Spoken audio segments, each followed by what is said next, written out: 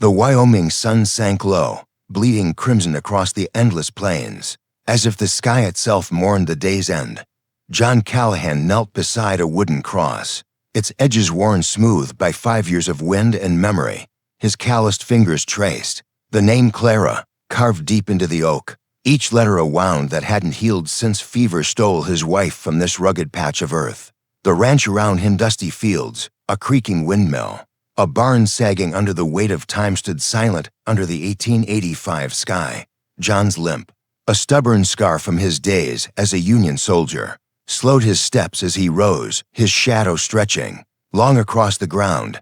At 42, he was a man carved from grit and grief, his broad shoulders hunched against a loneliness that clung like the dry Wyoming dust. Another night of burned beans, and a house too empty to call home loomed ahead.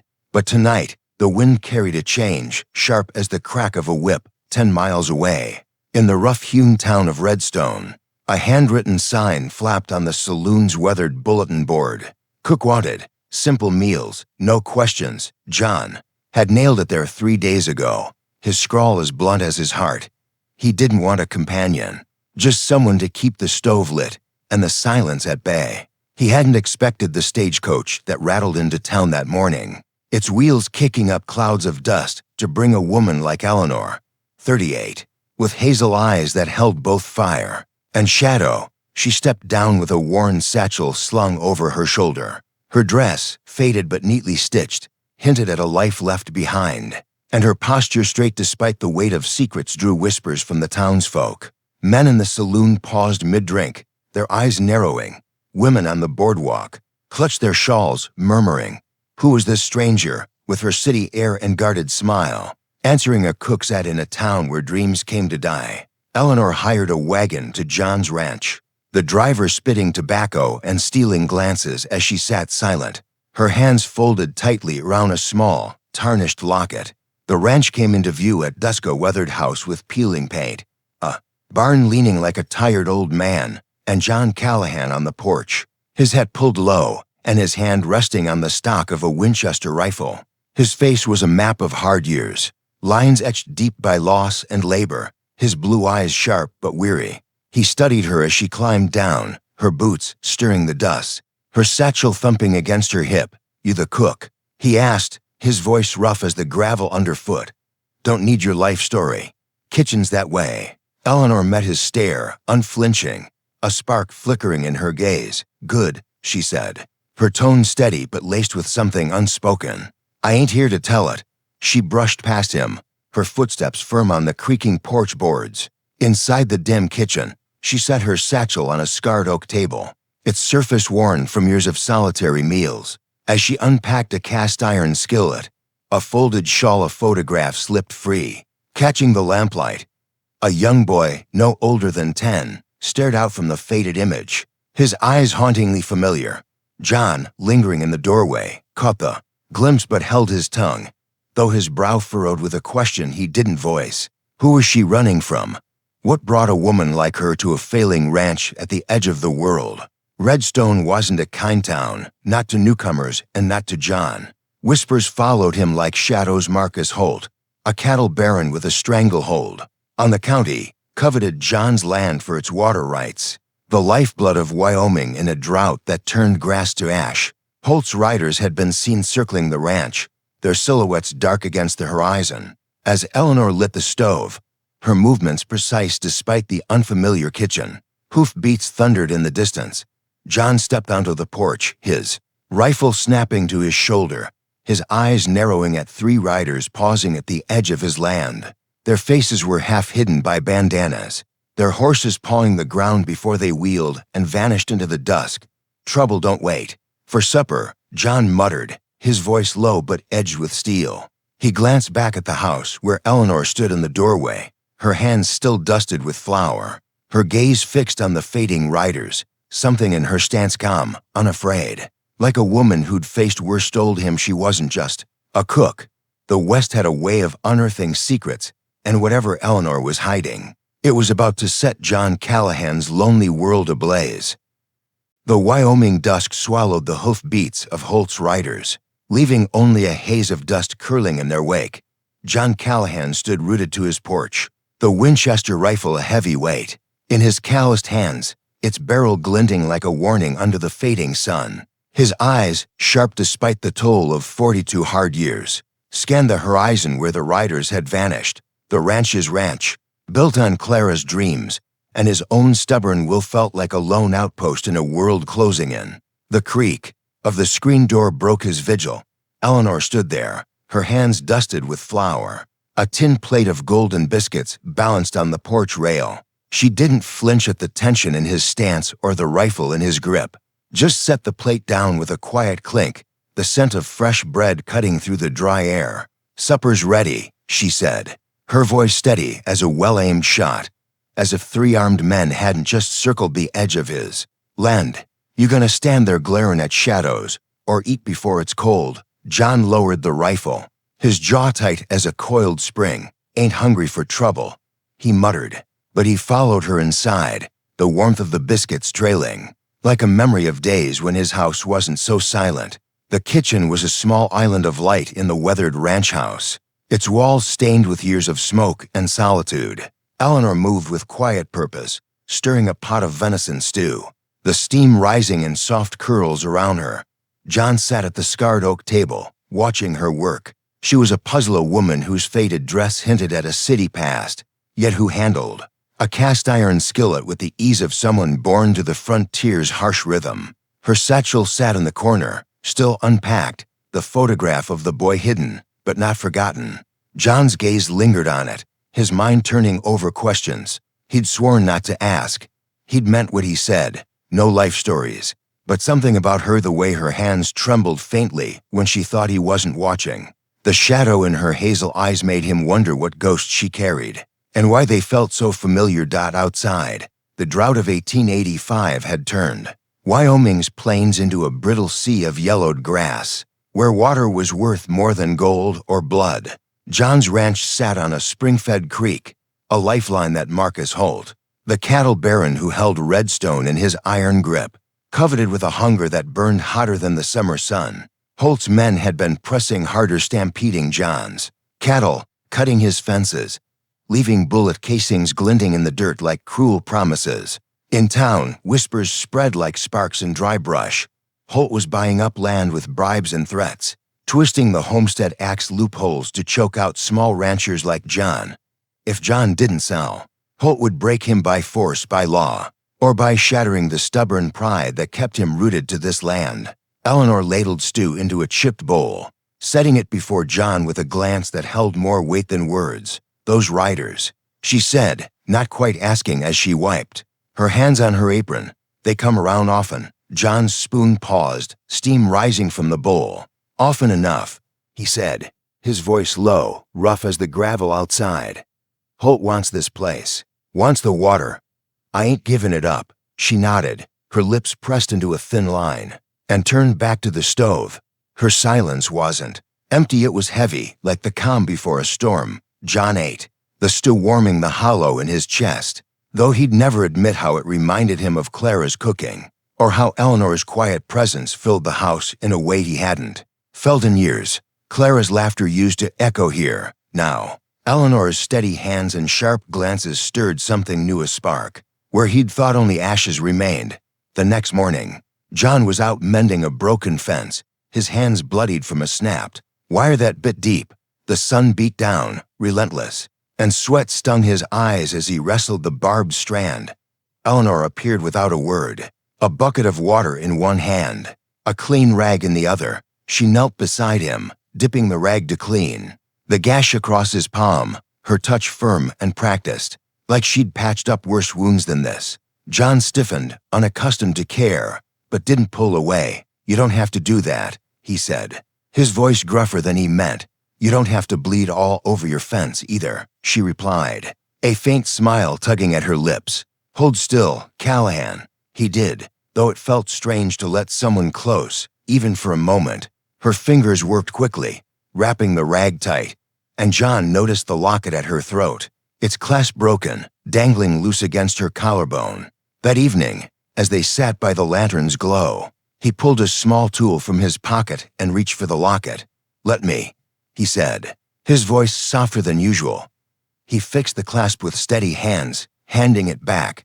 Eleanor's eyes widened, her fingers brushing his as she took it, the touch lingering just a heartbeat too long. "Thank you," she said, her voice soft, and for a moment, the silence between them wasn't heavy, it was warm, like a fire kindled in a long cold hearth. But warmth couldn't hold back the storm. In Redstone, Eleanor went to buy flour and salt, her steps quick along the creaking boardwalk. In the general store, she overheard two of Holt's men, their voices low and mean. "Callahan's got till the end of the month," one said, spitting tobacco into a spittoon. "Then we burn him out." Holt's orders. Eleanor's hand tightened on her basket, her face a mask of calm. Back at the ranch, she slipped a small Derringer pistol from her satchel, tucking it into her apron pocket with a practiced motion. John didn't see, but he noticed her eyes darting to the horizon, as if she could sense the trouble circling closer.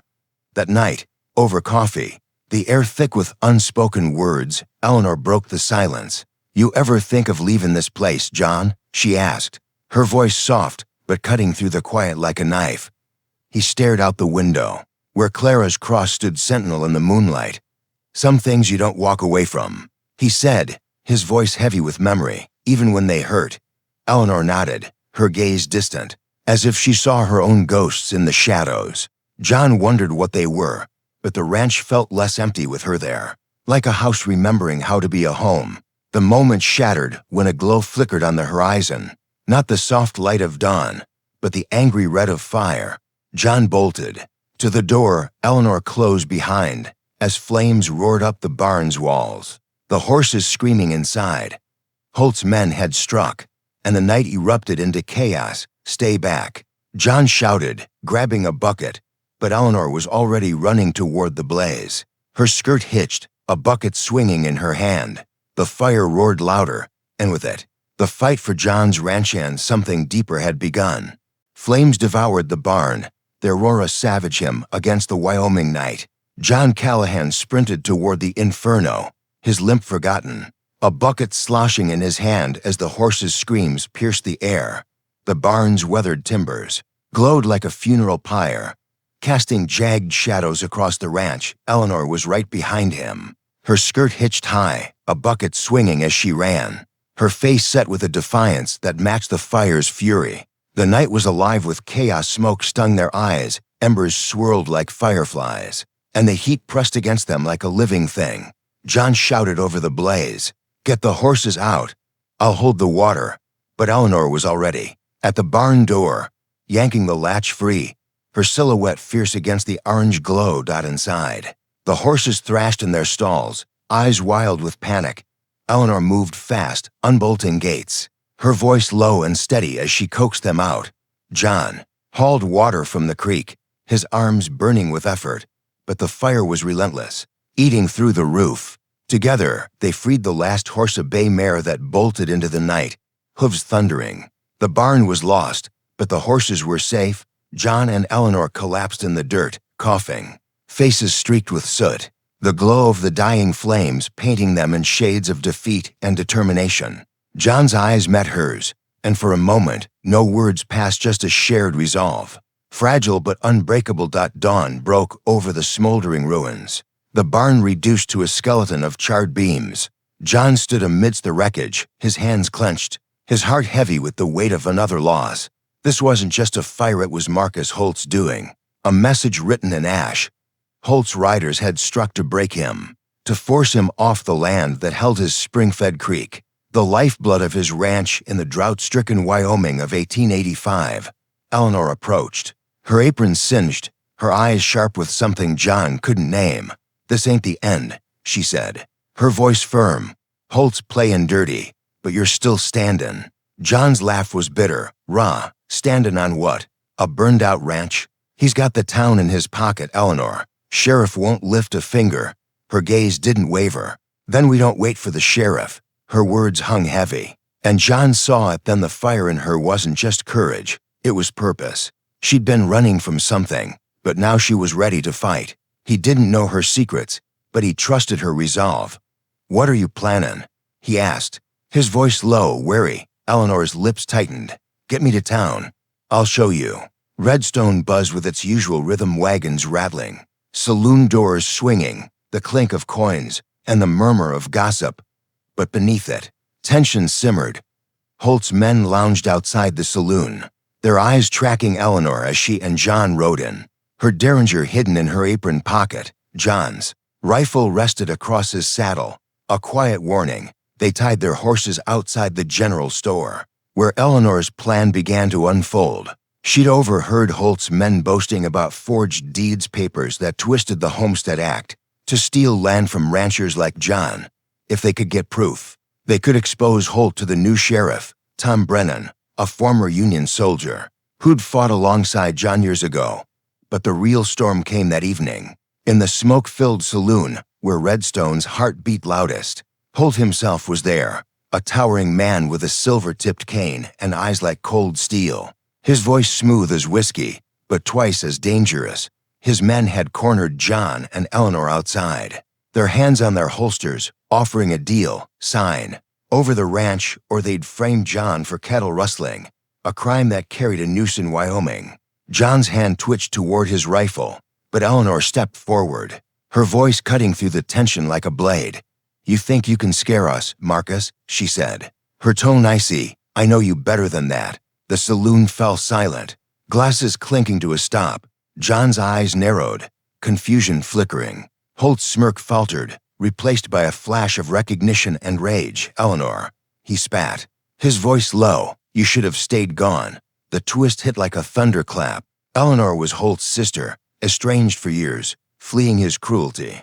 After he'd taken her son, claiming her unfit to raise him, she hadn't come to John's ranch by chance. She'd come to undermine Holt, to reclaim her life. Her presence was a calculated risk, and now it was a spark in a powder keg.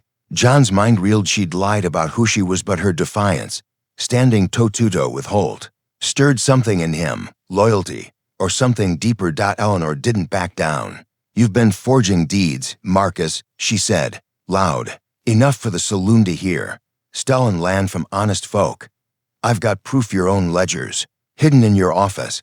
Handed them to Sheriff Brennan this morning." The crowd murmured, eyes darting. Holt's face darkened, but before he could speak, one of his men lunged for Eleanor, his fist raised. John moved faster, tackling the man to the floor, the saloon erupting into chaos. Tables overturned, bottles shattered, and fists flew as John and Eleanor fought back to back. Eleanor swung a bar stool, her aim true, while John's war-honed instincts took down another of Holt's men. It wasn't a shootout, no guns blazed, but a raw, desperate brawl, the kind that left bruises and truths laid bare. The sheriff burst in, his badge glinting, and Holt's men scattered, but not before Holt himself slipped out, his cane tapping a promise of vengeance. As the dust settled, John and Eleanor stood panting, bruised but unbroken. The saloon crowd stared, some with respect, others with fear. John picked up the photograph of Eleanor's son, dropped in the chaos, and handed it to her, their hands brushing. "You should have told me," he said, his voice rough but not angry. "Who you are, what you're fighting for." Eleanor's eyes met his, raw with truth. "I didn't know if I could trust you," she said, "but I'm done running, and I ain't facing this alone." John nodded, a weight shifting in his chest. The ranch was still his, for now, but Holt wasn't done. The ledgers were with Brennan. The Redstone saloon stood quiet now, its floor littered with shattered glass and overturned chairs, the air thick with the scent of spilled whiskey and fading chaos. John Callahan and Eleanor stood outside, bruised and breathless, the Wyoming night wrapping around them like a heavy cloak. The photograph of Eleanor's son, creased from the brawl, was clutched in her hand, its edges worn but precious. John's eyes lingered on her, his heart a tangle of betrayal and admiration. She was Holt's sister, a truth that still stung, but the fire in her, the way she'd faced down a saloon full of enemies, made him see her anew. The town's lanterns cast long shadows as they rode back to the ranch, the hoofbeats steady against the silence. Dawn was breaking, painting the plains in hues of gold and gray. But the fight wasn't over, not for the land, and not for the truths they carried. At the ranch, the charred skeleton of the barn loomed like a ghost, a reminder of Marcus Holt's Reach, John dismounted, his limp more pronounced now, the ache of old wounds flaring with the night's exertion. Eleanor followed, her face smudged with soot, her hazel eyes steady despite the weight of what she'd revealed. Sheriff Brennan had Holt's forged ledgers now, evidence of land theft that could break the cattle baron's grip on Redstone. But justice in 1885 Wyoming was a fickle thing, and Holt's influence ran deep bribes to judges, loyalty from hired guns. The sheriff had promised to act, but John knew better than to trust promises. His herd was half gone, scattered or stolen in Holt's raids, and the ranch teetered on the edge of ruin. Starting over felt like a betrayal of Clara's memory, yet standing there, with Eleanor beside him, John felt a spark of something he hadn't in years: hope, fragile but stubborn. Inside the house, the kitchen was dim, the lantern casting soft light across the scarred oak table. Eleanor set to making coffee, her movements automatic, but her shoulders tense. John sat, his hands clasped, staring at the spot where Clara's chair used to be. The silence was heavy, but it wasn't empty anymore. He broke it first, his voice rough but steady. "You should have told me, Eleanor, about Holt, about your son." She paused, the coffee pot trembling in her grip. "I didn't know if you'd trust me," she said, turning to face him. "I came here to hide, to get close enough to hurt him. Didn't plan on." She trailed off, her eyes dropping to the photograph now resting on the table. "Didn't plan on you." John's chest tightened. He leaned forward, his voice softer. "Clara's been gone 5 years. I hired you to cook, not to fill her place. But you being here, it's made this house feel like a home again. I don't know what that means, but I know I ain't ready to lose it." Eleanor's eyes glistened, but she didn't look away. "I lost everything once," she said, her voice raw. "My boy, my name, my courage. Holt took it all," said I. "Wasn't fit to be a mother. I believed him for too long. Comin' here, fightin' for you, it's the first time I've felt like me again." The words hung between them, raw unguarded, like a wound-laid bear. John reached across the table, his hand hovering near hers, not quite touching. "You're more than what he took," he said, "and you ain't facing him alone no more." The twist came at midday when Sheriff Brennan rode up, his face grim. Holt had slipped town, but the ledgers were enough. His empire was crumbling, his men turning on him to save their own skins. The ranch was John's, free and clear, but the cost was steep. His herd was too small to rebuild, his savings drained. Starting over meant selling part of the land, a choice that felt like cutting out a piece of his heart. But Eleanor had her own plan. She pulled a small, leather-bound book from her satchel, her late husband's journal, filled with notes on Holt's dealings, a final piece of evidence she'd kept hidden. "This'll make sure Holt stays gone," she said, handing it to Brennan. "But it's all I've got left of my old life. Use it." John stared at her, the weight of her sacrifice sinking in. She was giving up her last tether to her past. Not for herself, but for him. "You didn't have to do that," he said, his voice thick. "I did," she replied, her smile faint but fierce. "For both of us." That evening, as they rebuilt a section of the fence, John made a choice. He'd written to an old Army contact, a tracker who found missing children for families torn apart by the frontier. "I'm gonna help you. Find your boy," he told Eleanor, his voice steady. "Not 'cause I owe you, but 'cause I want to." Eleanor's breath caught, her hand pausing on the fence post. "You don't know what that means," she said, her voice breaking. "I thought I wasn't worth savin'. Not after all I've done." "You're worth it," John said, meeting her gaze. "And so's he." The moment wasn't sealed with a kiss or grand promises, just a shared look, a quiet vow. As they worked side by side, the ranch felt alive again, not just with survival, but with purpose. The horizon glowed with the promise of a new day, and as John hammered a nail into the fence, a distant train whistle echoed, sharp and clear. It was a sound of beginnings, of journeys yet to come, and it carried them toward a future neither had dared to imagine.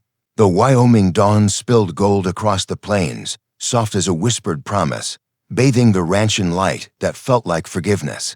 John Callahan and Eleanor stood by the newly mended fence, the morning air sharp with the scent of dew, sagebrush, and the faint char of the barn's ruins. The distant train whistle, once a faint echo, grew stronger. its mournful cry weaving through the stillness like a thread pulling at their hearts. John drove a final nail into a fence post, his hands steady. Despite the weight of the past days of fire, betrayal, and truths laid bare, Eleanor stood beside him, her hazel eyes catching the sunrise, her fingers brushing the creased photograph of her son, now tucked safely in her pocket. The ranch, scarred but standing, was theirs, a hard-won piece of earth in the vast Wyoming of 1885, yet the horizon stretched wide and uncharted, and the train's call carried a question neither had fully faced. What lay beyond the fight? A dust cloud stirred down the trail, not the menacing churn of Holt's riders, but the steady approach of a lone courier, his horse lathered from a hard ride. He carried a satchel, heavy with purpose, and handed John a letter sealed with the crisp wax stamp of a Denver lawyer. John's brow furrowed, his calloused fingers breaking the seal as Eleanor watched, her breath caught in her throat. The words were simple but earth-shaking. Her son, William, was alive, living with a kind family in Denver, his whereabouts traced by John's old Army contact, a tracker who'd spent months piecing together the boy's trail. The lawyer had arranged a meeting in 3 days' time, if Eleanor was ready. Her hands trembled as she took the letter, her eyes scanning the page, tears welling, but held back by a will as strong as the Wyoming wind. "He's safe," she whispered, her voice a fragile mix of relief and fear. "My boy's safe." After all these years, John's gaze softened, the lines of his face easing for the first time in days. "You're going to him, ain't you?" he asked, his voice low, steady as the earth beneath them. Eleanor looked at him, her face raw with hope and doubt, the photograph clutched like a lifeline. "I want to," she said, her voice breaking. "But what if he don't know me? What if I ain't enough after all I've done, all I've lost?" John stepped closer, his hand resting on the fence post, close enough to feel her warmth. "You're enough, Eleanor," he said, his voice rough but sure. "You faced Holt, stood up in that saloon, saved this ranch. You saved me from living half a life, chained to ghosts. You'll be enough for him, and more." Her smile was faint but fierce, a spark in the dawn's light. Then, in a twist that caught John like a sudden gust, she said, "I'm going to Denver, John. But I ain't going alone. Stay with me not as a rancher, not as a hired hand, but as my partner. In this, in all of it, this ranch, this life. It's ours if you'll have it." The words hung like dust motes in the sunlight, simple but seismic, a vow without fanfare. John didn't answer with grand gestures or promises of love. He nodded, his hand brushing hers as they turned to the corral, saddling their horses with the quiet ease of two souls who'd found their rhythm. They packed light her satchel, his saddlebag, the photograph nestled safe. The ranch house watched, its weathered boards holding memories of Clara, of fights, of new beginnings. As they worked, their hands brushed again, tying reins, adjusting. Stirrups, a silent promise forged in shared purpose. As they rode out, the Wyoming plains stretched endless around them, the horizon swallowing their shadows. Their story echoed a deeper truth of 1885, when ranchers like John, but not just men like Holt, but a West shifting under the weight of greed and progress, water rights, like those of John's Creek, were battlegrounds, and women like Eleanor and Sung, defiant, carved their own paths, much like Ella Watson, known as Cattle Kate, who faced down cattle barons and paid with her life. Their courage, like John and Eleanor's, turned dust into legacies, proving the heart of the West beat in those who dared to stand their ground. Their horses' hooves kicked up dust,